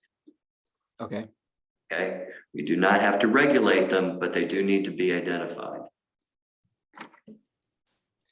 Okay, so you're saying that the site plan is going to identify where the land disturbance is, and that's a requirement. Right? And the guideline is that we're recommending that that disturbance protect the maximum amount of prime soil, et cetera. Is that, am I getting it right? That would be it. That would be my suggestion. Okay, On 6B, we received a comment from a letter writer that I think it's useful to bring up. And they expressed concern about requiring buildings or even guiding buildings to be along the far edges of fields or along woodland edges, because doing so reduces the ability of a dwelling to take into account winter solar tracking and thus winter solar gain. So siting a home within the winter solar track saves on heating fuel use. Putting it along a woodland edge under trees or not maximizing, the solar tracking cuts down on the ability to effectively use solar for heating purposes. So just want to point that out. Maybe I totally get that. And I think that the purpose of this one is really to avoid sticking a house in the middle of an otherwise agricultural field that could still be used. So if you put it off to the edge, it still leaves potential agricultural areas. So maybe it's not along far edges of open fields adjacent to any woodland, but along the far edges of the field, period. So that, Preserving. I mean, this is kind of a standard, a lot of places have this as a requirement, not as a guideline. I included most of these as a guideline because I didn't think you wanted to do standards, but preventing houses from being stuck in the middle of a field that could be agriculture is a pretty standard rural development standard, but maybe not from the woodland, just off towards the edge. Well, I'd be more comfortable with that. yeah, me too. And these are guidelines. These are guidelines, right. These are guidelines. Okay, and we could even put in something there about with consideration of solar. Well, and that may be another guideline that we might want to throw in here somewhere if it's Right. nowhere else. Considerations for solar access should be observed. Yeah. I agree. That would be good to put in. And then C is in locations least likely to block or interrupt scenic vistas, which is a guideline. Okay. I am going, let's see if we can get through to 12 and then we'll have a few minutes for discussion of communications. 7. All major subdivisions, commercial development except for home occupations in an ag rural district shall provide an agricultural buffer between itself and an adjacent agricultural operation that may be present. I think this should be a suggestion, a guideline, not a requirement. It's not required by ag law, is it, Nan, in any way? No. No, it's not required by Ag and Markets law, but it certainly is, if you go through any of the planning materials and literature about rural planning to protect agriculture, one of the foundations is there's got to be a way to balance where new residential development is in relationship to farms, because we have 50 years of data that shows when new houses are built, farms are eventually, the nuisance complaints there's actually a word given towards it. It promotes what's called the impermanence syndrome, and it really makes it more difficult to continue farming. So buffering is, you could make it a guideline if that's what you feel you want to do right now. They are, depending on how big and how the buffers are developed, may or may not be helpful if it's, like this big, huge, wide open area versus something that has topography or woodland. But, I think it's an important consideration for balancing development and farm uses. If you want to try it as a guideline and see how it works, that's certainly, your policy to do that. Anyone want to speak to this? I mean, my sense is that agriculture is protected so heavily through all of these laws that it just seems to me that it's the developer of the property who's going to have to make the decision to provide the buffer if he wants his project to be successful. And I find the notion of development driving out the farmers because they're getting complaints to be a little hard to fathom in our town. It may happen somewhere, but it just doesn't seem that would be something we would too terribly concerned about. So I see it as an unnecessary restriction to the developer where common sense should prevail. I'm hearing guideline. Anybody else want to speak towards it being a regulation? No, I mean, I'll support the guideline and just to underscore what Ernie said, when I looked at some of the data for the comp plan, what seems to be happening here is more like abandoned agriculture is eventually getting turned into housing as opposed to housing consuming active farmland. So it may become a problem, but currently we don't tend to have subdivision development gobbling up active farms. Okay, so we're going to make that a guideline. 8, use of density bonuses are encouraged in the ag rural district. Pursuant to Article 3, which I think is now Article 4, that's a guideline, is what I would say, the way it's written. Right, no one is going to be forced to have to do a density bonus. It's an optional incentive. Right. Okay, 9, residential density shall be based, that's a regulation. Do we have to restate that here? If we do, it should go up in the beginning where we have uses and dimensions. I mean, we could add it into this sentence here. Yeah, makes sense to add it to number 2, I think. Yeah, I thought it was already in there. I thought that was already clear from that table. Let's make sure that that's up there and not here. Okay, And back on the density bonus, I mean, is there any real reason to have that line in at all? I mean, density bonuses are available. People want to use them, they will. Do we need to encourage them? I'm okay either way. I just want to raise the question. I agree. I think 8, 9, and 10 are all things that we really don't need to have in this list of guidelines. I think you're right. I think we can get rid of 8, 9, and 10 because they're already in the document. Everyone okay with getting rid of 8, 9, and 10? Yes. Okay.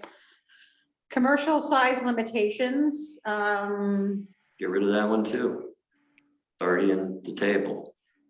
Well, so I guess that's a question for Nan. Is that enough that it's in the table? Or is there a value in repeating it here in case someone is just looking here? Well, that's why, I totally get that. Yes, these are not needed. They are in the table, but I guess I added them in out of experience of most people don't know how to read the zoning law, so they don't look in the right places. So I tend to reiterate things maybe more than is needed because you know, I've just had a lot of experiences with people missing these things.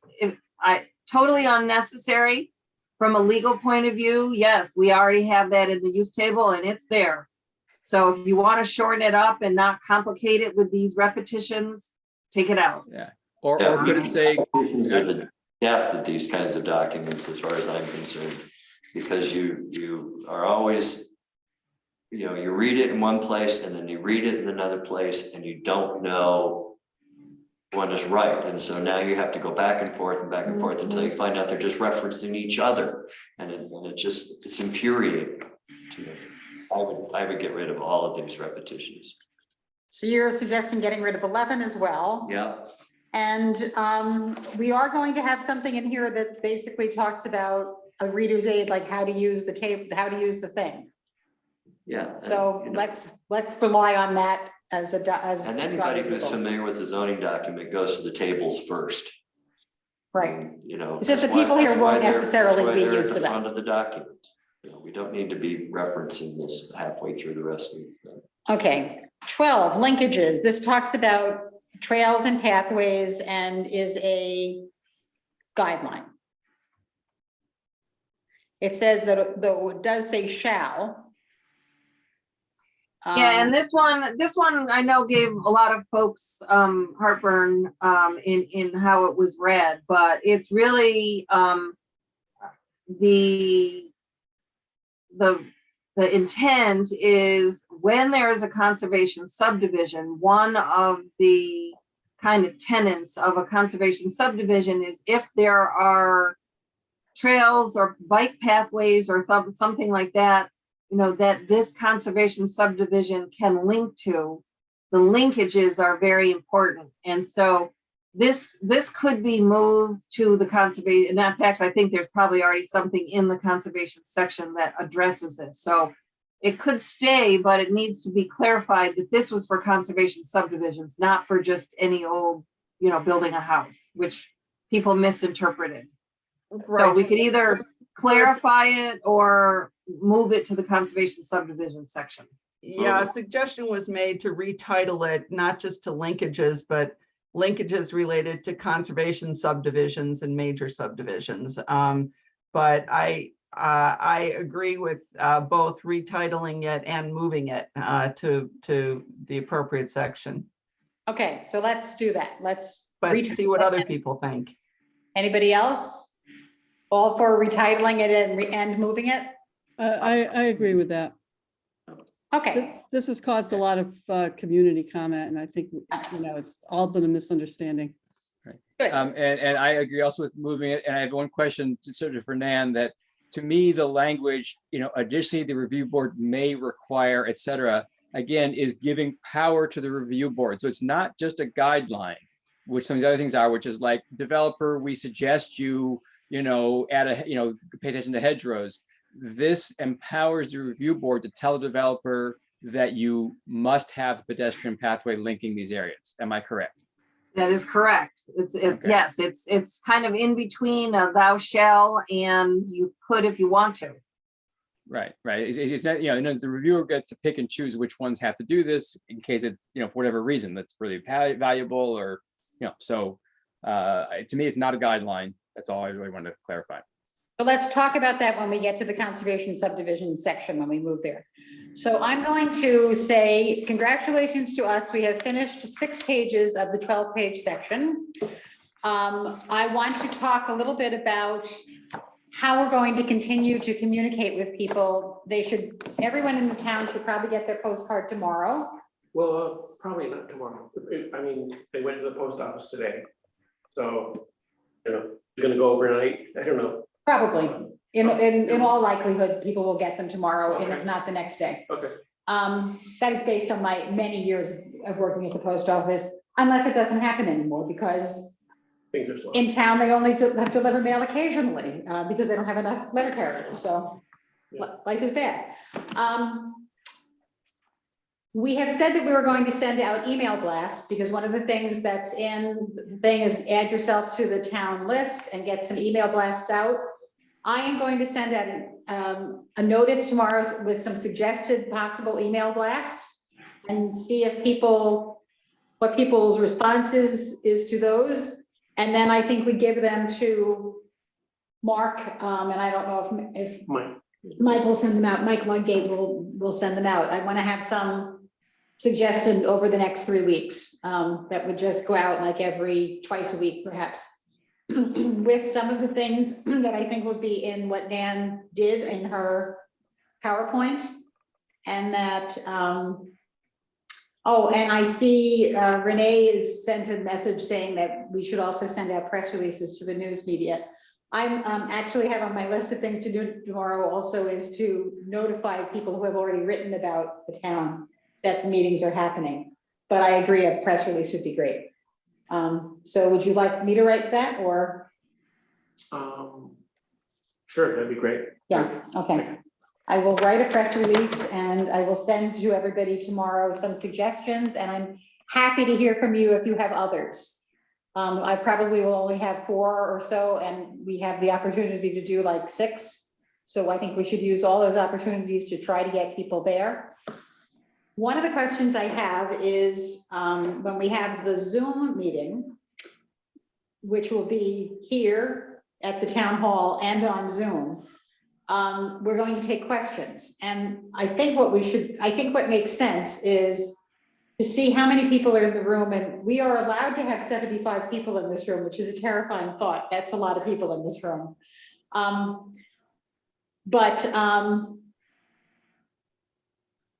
There might well be 150 on Zoom. When I take questions, if that were the case, I would try to take 1 question from the people in attendance and then 2 questions from people on Zoom. So in order to keep that balance of people in the room versus people on Zoom. I don't know how people in town can come in, and if they come here, they can sign up as they come in saying they want to speak, and we can have someone over there saying, sign up if you want to ask a question. And we won't have privilege of the floor at the beginning because that's sort of what's happening during the meeting is questions.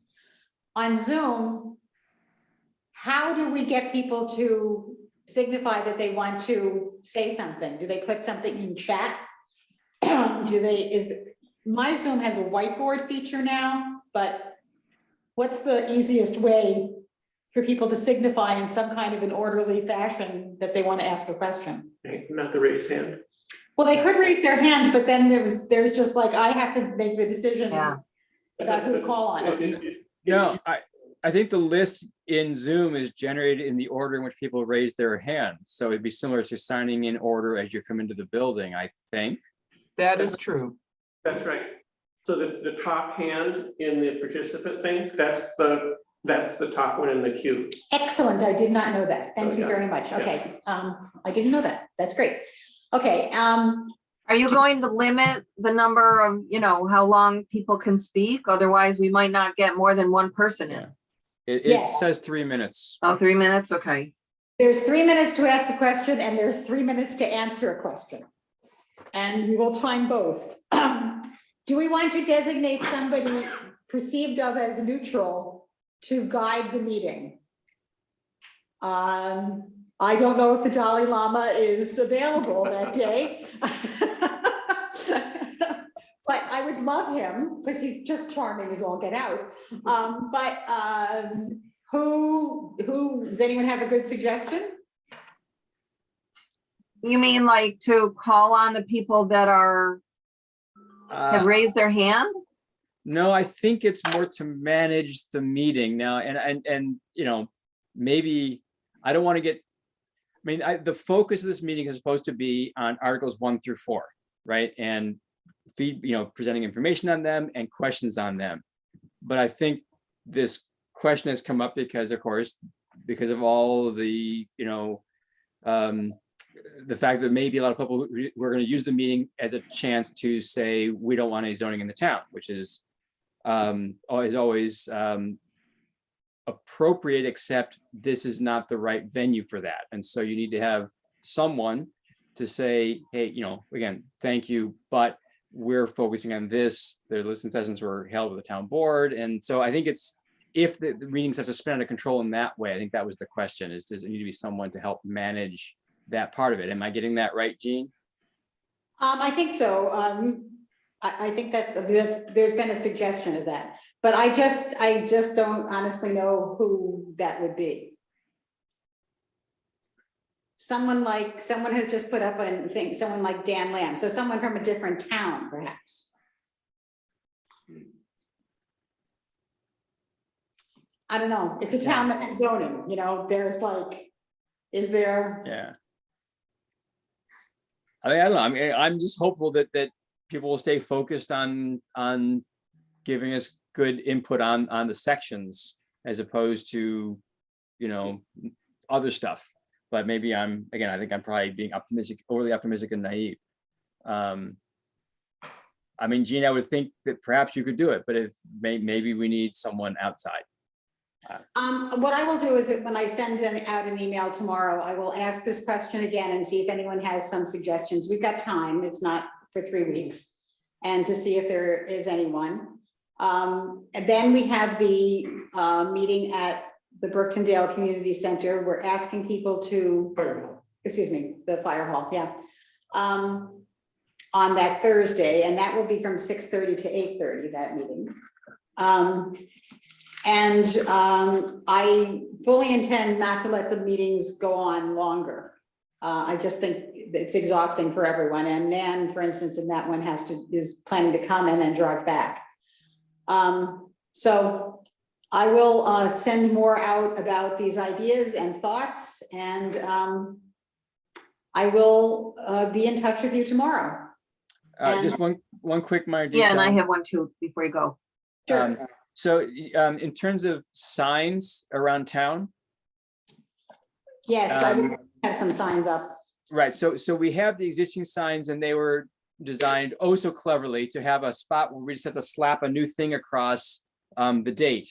And so I would be happy to submit the new dates and times to the printer and get that done. And probably should have done it last week, but if people agree that we should do that, then I will go ahead and do that. Okay, I saw a message just come up, but I couldn't read it, so I don't know what it said. I would love that. Thank you very much. So Bill was asking, Bill, were you asking whether you? Well, yeah, I'm just saying, should I pull the trigger and submit to Kinko's? I think we had 4 of the corrugated signs and 2 of the Tyvek type signs. And I just need some strips that they would be much cheaper this time because we're only doing subset and was getting printed, and then they have to just get glued on or tacked on to the existing thing. So that's be my suggestion on the signs, and we get them up soon. Yeah, I think that would be great. So let's do Okay, that. I'll submit that order in then. Thank you. Okay, I will suggest that we adjourn. Nan I had just something have, she wanted to I say. just have one more thing for you to think about. You don't have to decide tonight, is for the question and answer of who is going to answer those questions and how are you going to determine that. I think you have to discuss that of how you want to conduct that question and answer. Okay. So that should be discussed next time. Yes, we will do that. And I will put, I just added that to my list of things to write to people about tomorrow. Okay, I will see you all on the 21st. I will ask as I write tomorrow who will be here, because we will need to have 4 of us in the room. That's right. Yes. If your law goes through tomorrow. And actually Yeah, right. Okay. just to clarify, the allowance for remote attendance is, basically due to extraordinary circumstances, which Right. are defined in our policy, so. Okay. Well, and just again, for this public meeting, I guess, yeah, for the actual zoning commission meeting, we have to have quorum there. And Mark, you're going to look into whether there's any kind of quorum requirement for the public information meeting. That's right. I'll get that to you right away tomorrow. Okay. Good. With that, anything else? No, I will see you, in 2 weeks and you will hear from me tomorrow. I might even write the minutes, though I'd much rather garden. Okay, good evening, everyone. Thanks, everybody.